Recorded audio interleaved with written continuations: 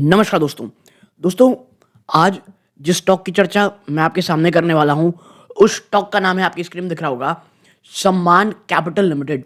और देखिए, सम्मान कैपिटल के ऊपर चर्चा मैं इसलिए कर रहा हूं क्योंकि जो हमारे मेंबर हैं जिनका नाम अंकित कुमार जी है, उन्होंने दो स्टॉक्स के ऊपर चर्चा की थी। पहला था, उन्होंने पूछा था चर्चा करने के लिए, एक था सम्मान कैपिटल और दूसरा जो स्टॉक था वो था रोजारी ब्लू, आप कह सकते हैं रोजारी, कह सकते हैं रोजारी बायोटेक, माफ कीजिएगा, रोजारी ब्लू, मुझे कुछ और चीज़ याद आ गई थी, सॉरी, रोजारी बायोटेक। देखिए, तो मुझे ऐसा लगता है ये सम्मान कैपिटल के ऊपर चर्चा करना क्यों जरूरी लगी। पहली चीज, जिस प्रकार की ये बिजनेस में है मुझे वो अच्छा लगा। ओके। दूसरा, जो आने वाला समय यानी फ्यूचर, वो आप कह सकते हैं एक इंपॉर्टेंट, आप कहते हैं मोड़ की ओर आ सकता है। मैं ऐसा क्यों कह रहा हूं आपको मैं बताऊंगा दोस्तों, और इसीलिए मैं आपसे कह रहा हूं, अगर आप चाहते हैं कि स्टॉक पे चर्चा कराना, कमेंट बॉक्स में बताइएगा। अगर आप मेंबर हैं और किसी स्टॉक का नाम लेते हैं तो स्टॉक के ऊपर मैं जल्दी चर्चा करने की कोशिश करूंगा। अगर पब्लिक में चर्चा नहीं करूंगा तो एटलीस्ट आप कह सकते हैं जो मेंबर्स ओनली वीडियो है वहां पे मैं वो ले आऊंगा। बट हाँ, अगर आप मेंबर नहीं हैं, डोंट वरी, अगर आप स्टॉक का नाम लिखेंगे चर्चा करने के लिए तो आज नहीं तो कल मैं बना के लाऊंगा। बट हाँ, आप मेंबर होंगे तो जल्दी वीडियो लेकर के आने की कोशिश रहेगी मेरी। Now back to the point, Sammaan capital के ऊपर क्यों। देखिए, एक तो निवेशक बहुत ज्यादा पैनिक मोड में है। रीजन, सिर्फ एक साल का चार्ट आप देख लीजिए, स्टॉक 26% ज्यादा की गिरावट दिखा रहा है। लेकिन मैं आपको बताऊं, सबसे ज्यादा निवेशकों को यहां पे फंसाया गया है इस एरिया में। ठीक है, ये आप देख रहे हैं, ये कौन सा आता है, ये है दोस्तों 1 मिनट। ये अगर आप इसमें देखें जो उसने पीक बनाया है, ये देखिए 167, 180 और बिटवीन 150 टू 180, इतने ज्यादा, बल्कि 180 थोड़ा ज्यादा कह सकते हो आप, 150 टू 170 आप कह सकते हो, इतने ज्यादा निवेशकों को फंसाया गया। मैं रीजन बता रहा हूं। जैसे ही सम्मान कैपिटल यहां पे आता था, हर कोई को लगता होगा कि भाई बस अब 180 तोड़ेगा, एटलीस्ट 200 तक तो जाएगा। और वहां से आप देखेंगे तो स्टॉक में एक आपको गिरावट देखने को मिल रही है। और देखिए, याद रखिएगा, कोई बहुत पुराना स्टॉक नहीं है, अभी अभी ही आप कह सकते हैं लिस्टेड होता हुआ आपको दिखाई दे रहा है। और अब जैसे ही लिस्ट होता है उसके बाद क्या आता है, ओवरऑल बाजार में एक क्रैश का माहौल चलता है। और देखिए, इस प्रकार के स्टॉक्स ये कहां पे हैं, ये होम लोन में बिजनेस करती है और LAP में यानी लोन अगेंस्ट प्रॉपर्टी में। One of the most safest business model है ये। ठीक है, लेकिन इतना खुश मत होइए, थोड़ा हम चर्चा करेंगे। और देखिए, वीडियो के अंत में हम आएंगे तो क्या बात करेंगे, वीडियो के अंत में हम लेवल्स की चर्चा करेंगे। ओके, जो मनी कंट्रोल प्रो का है। तो वीडियो में अंत तक बने रहिएगा। प्लीज वीडियो को लाइक जरूर कीजिएगा ताकि यूट्यूब औरों को रिकमेंड करे। और अगर आप बहुत बार हमारा वीडियो देख चुके हैं, सब्सक्राइब जरूर कीजिए। आप ऐसा करेंगे, चैनल की ग्रोथ होगी दोस्तों, बहुत बहुत मोटिवेशन मिलेगा। इसलिए please subscribe the channel now. अब सम्मान कैपिटल में ना बहुत सारे निवेशक, स्पेशली रिटेल निवेशक, और मैं आपको बता दूं शेयर होल्डिंग पैटर्न जो निकल के आई है, क्योंकि जनवरी की जो शेयर होल्डिंग पैटर्न है वो अपडेट हो चुकी है, वो बहुत ज्यादा शॉकिंग लगी है मुझे। ठीक है, तो देखिए एक एक करके चर्चा करते हैं। सबसे पहले अब यहां पे आते हैं हम लोग कि भाई साहब देखिए, स्टॉक 10,000 करोड़ की मार्केट कैप की कंपनी है। ठीक है, आप देखेंगे ROC ROE ये कोई बहुत अट्रैक्टिव नहीं है, और ये वाकई में अट्रैक्टिव नहीं है। ठीक है, इसके साथ ही साथ अगर आप यहां पे देखते हैं, प्रमोटर होल्डिंग आपको जीरो दिख रही है। क्यों?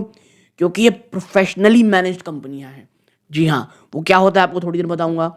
डेट इक्विटी मत देखिएगा भाई साहब, जो कंपनी लोन में काम करती है ना बांटने का, वो हाई ही रहता है उसका। ऑपरेटिंग प्रॉफिट मार्जिन एक बहुत ज्यादा आप कह सकते हैं लुक्रेटिव पोजीशन में। फाइनेंशियली कंपनी ठीक ठाक है, 5 में, यानी कोई बहुत ज्यादा स्ट्रांग नहीं है ना बहुत ज्यादा वीक है। प्राइस टू बुक वैल्यू आप देखेंगे तो वो भी कोई आप कह सकते हैं बहुत ज्यादा अट्रैक्टिव आपको दिखेगा ये स्टॉक। ठीक है, अच्छा अब आते हैं कंपनी करती क्या है। देखिए 2005 में ही बनी है ये कंपनी। ठीक है, India bull housing finance limited. ठीक है, और ये रजिस्टर्ड किस नाम से और रेगुलेट किस नाम से है, by National Housing Bank NHB। And ये किस बिजनेस में एंगेज करती है दोस्तों, होम लोन और लोन अगेंस्ट प्रॉपर्टी। ठीक है, और ये क्या करती है, ऑल्सो क्या प्रोवाइड करती है, कॉर्पोरेट मॉर्गेज लोन, याद रखिएगा mortgage, lease, rental discounting and residential construction finance. Okay, तो यहां तक आपको समझ में आ रहा होगा कंपनी कंस्ट्रक्शन रिलेटेड बिजनेस में। अगर एक में कहें बहुत ब्रॉडर वर्ड आपके साथ चर्चा करूं, हाँ, ये काफी हद तक थोड़ा सा सेफ रहता है। और सेफ रहता है यानी कि यहाँ पे बिजनेस में आपको बहुत बड़ा जंप देखने को मिलेगा, क्योंकि देखिए जहां रिस्क फैक्टर जितना बढ़ता चला जाएगा आप एटलीस्ट रेवेन्यू में तो देखेंगे मल्टीफोल्ड जंप आएगा, लेकिन यहाँ कोई एक्सेसिव रिस्क नहीं लिया जा रहा है। ओके, और यहां पे अगर आप देखेंगे जहां पे चर्चा की जाएगी, हम इसको ना थोड़ा बड़ा कर लेते हैं ताकि अच्छे से बात हो सके। देखिए सबसे पहला है कंपनी क्या ऑफर करती है, होम लोन्स, ठीक है, और वो भी कहां पे, अफोर्डेबल हाउसिंग सेगमेंट में।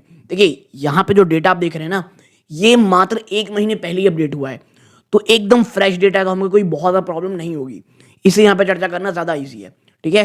और आपको पता होगा इस बार जो आप कह सकते हैं जो सरकार ने बजट दिया है वहां पर अफोर्डेबल हाउसिंग सेगमेंट वापस से एक आप कह सकते हैं फोकस देखने को मिल रहा है। लेकिन याद रखिएगा अफोर्डेबल हाउसिंग में सबसे बड़ा जो प्रॉब्लम आ रही है वो है लैंड इश्यूज की। लैंड इश्यूज इसलिए बहुत बहुत महंगी हो गई हैं जो अभी से ज़मीनें हैं, इसलिए अफोर्डेबल हाउसिंग में थोड़ा सा आपको पिछले कुछ समय में एक आप कह सकते हैं पिछले मैं कहूँगा 1-1.5 साल में या 2 साल में थोड़ी आपको दबाव देखने को मिल रही है, with loan amount ranging from कितना 15 से 30 लाख का, और इंटरेस्ट रेट कहाँ से है 9.75% से 11.5% तक किया जाता है, और जो एवरेज टेन्योर है वो है 15 साल का, और ये सैलरीड को भी है और सेल्फ एम्प्लॉयड कस्टमर को भी ये देते हैं।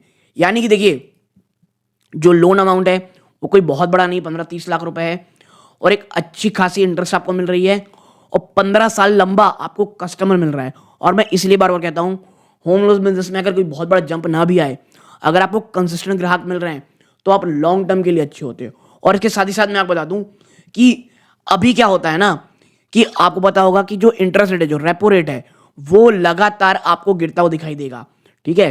तो वो लोन, होम लोन जहां पर क्या आ रहा होगा, फिक्स इंटरेस्ट रेट होगा, वहां पर इस प्रकार की कंपनियां जो सम्मान कैपिटल जैसी कंपनियां हैं उन्हें बहुत ज्यादा फायदा होगा। ओके, तो ये वापस थोड़ी बहुत रडार पे। अब लोन अगेंस्ट प्रॉपर्टी भी देती है कंपनी, प्रोवाइड करती है क्या, एमएसएमई लो और स्मॉल बिजनेस, ताकि आप वर्किंग कैपिटल को रो पाएं और अपनी जो एक्सपेंशन नीड है बिजनेस की वो पूरा कर पाएं। 25 से 75 लाख का आपको मिलता है, ठीक है। और ये लोन क्या ऑफर करता है, इंटरेस्ट रेट का 10.75% से 13%, और एवरेज टर्म इनकी रहती है 7 साल। यानी देखिए दो इनके मेन बिजनेस हैं, और वो दोनों ही बिजनेस काफी लंबे समय के लिए हैं। एक 15 साल का एवरेज है और एक 7 साल का एवरेज है, ठीक है। देखिए की रेशियो में भी चर्चा नहीं करेंगे क्योंकि अभी अपडेट हो चुकी है, फाइनेंशियल 22 की बात हो रही है। हाँ, नेटवर्क की बात करोगे तो नेशनल वाइड नेटवर्क है, 218 ब्रांच है, 8,500 तक के चैनल पार्टनर हैं, और डिजिटल प्लेटफॉर्म है जो कि 1.5 मिलियन कस्टमर्स को, यानी लगभग 15 लाख कस्टमर को ये कैटर करते हैं। ओके, इसके साथ साथ एईओ में भी चर्चा नहीं हम आगे करेंगे। हाँ, को लेंडिंग की बात हो रही हो, देखिए कंपनी को लेंडिंग एग्रीमेंट भी कर रखी है किसके साथ, 10 बैंक्स के साथ, Central Bank of India, Yes Bank, Indian Overseas Bank, Bank of Baroda, Ratnakar Bank, Punjab Sindh Bank, और इनका एम है कि वो ग्रो करें इस नेटवर्क को 12 तक, यानी 10 से 12 बैंक पहुंचे, और prioritising partnership with mid size public और प्राइवेट सेक्टर बैंक। यानी देखिए कंपनी कोई बहुत बड़े बैंक्स में जा सकती, और ये स्ट्रेटजी अच्छी क्योंकि बहुत बड़ा बैंक रहेगा, आप दबाव में रहोगे, और यहाँ पे अगर आपका पूरा का पूरा जो प्रोसेस है लोन देने का वो अच्छा है, तो ये सेगमेंट काफ़ी ज़्यादा अच्छा है, ठीक है। अब कंपनी थोड़ी बहुत क्रॉस सेलिंग में भी है, कैसे आप देखें यहाँ पे, आप यहाँ पर पाओगे कंपनी कोलैबोरेट करती है बहुत सारे इंश्योरेंस प्रोवाइडर के साथ जो क्या ऑफर करते हैं, लाइफ और general insurance product, earning commissions on the premium, और with an insurance attachment rate exceeding 80%, it has successfully uphold 2 से 3 पॉलिसियां बहुत सारे कस्टमर्स को। अब बिजनेस रीऑर्गेनाइजेशन होता क्या, 2024 में नवंबर में कंपनी ने 7,200 crore legacy loan book from it subsidiary, ठीक है, सम्मान Finserv limited at fair market value, और जो सब्सिडरी थी ये रीपोजिशन हो गई थी अफोर्डेबल हाउसिंग फाइनेंसर के हिसाब से, ठीक है। अब देखिए एक पीआईएल को लेकर भी इश्यूज था, तो देखिए यहाँ पे लिखा है जो फरवरी 2024 में आई थी, लेकिन देखिए बहुत पुराना बात हो गया, हमको अभी उतने ज़्यादा डीप में नहीं जाना है। अब आते हैं मेन बिजनेस के ऊपर, तो देखिए थोड़ा छोटा कर लेते हैं, यहाँ पे हम चलते हैं कहाँ, सीधा क्वार्टरली नंबर्स पे। आप एक नज़र डालिएगा, कंपनी का जो रेवेन्यू है वो पिछले काफ़ी 2021 दिसंबर, ये कहीं से भी बहुत बड़ा जंप आपको नहीं दिखाएगा, ठीक है। आप देखें लगभग 2000 करोड़ से ये जो हाईएस्ट सितंबर 2024 को गया था। तो मैं आपको एक चीज़ समझा दूं, बीच बीच में थोड़ी बहुत जंप आती है लेकिन कोई बहुत बड़ा ग्रोथ नहीं होता है। जब तक मैं आप बताऊं एटलीस्ट 2500 करोड़ के रेवेन्यू को प्राइमा फेसिया ये नहीं तोड़ के ऊपर जाता, तब तक कोई बहुत ज़्यादा पॉजिटिविटी आएगी, इसका मुझे चांसेस कम है। ठीक है, कंपनी देखिए प्रॉफिट देती है, लेकिन पिछले क्वार्टर सितंबर क्वार्टर में जब बहुत बड़ा रेवेन्यू आया था वहां पर कंपनी लॉस बुक किया था, उसके रीजनिंग कुछ और थे। ठीक है, यहां पर आप देखेंगे तो जो कंपनी है दोस्तों, उसने इस बार का जो नेट प्रॉफिट लाया है वो 302 करोड़ रुपए का लेकर के आया है। ठीक है, अच्छा मैं आपको बता दूं, इस प्रकार के स्टॉक्स को जो स्पेशली हाउसिंग फाइनेंस इन सब में काम करता है, उसमें हमको ईयर ऑन ईयर नहीं देखना है, मैं फिर कहूंगा। ठीक है, इसीलिए 2422 करोड़ से घट करके आप 2017 करोड़ के रेवेन्यू में आ गए हो।